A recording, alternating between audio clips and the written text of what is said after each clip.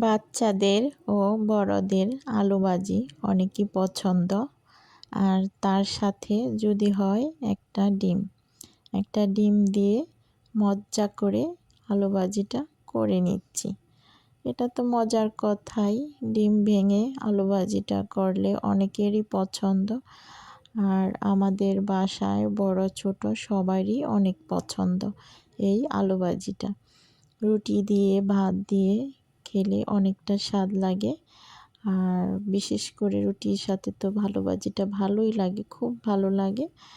এখন রুটি দিয়ে খাওয়া হবে না, দুপুরে লাঞ্চের সময় আলু ভাজিটা খাওয়া হবে। আর মাইশার সেই পছন্দ আলু ভাজিটা, মাইশার দাদারও এক কথাই আলু ভাজিটা অনেক পছন্দ।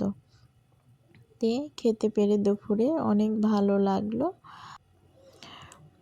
এখন বন্ধুরা দুপুরে লাঞ্চের টাইম, এখন কিন্তু খাওয়ার সময় হয়ে গেছে।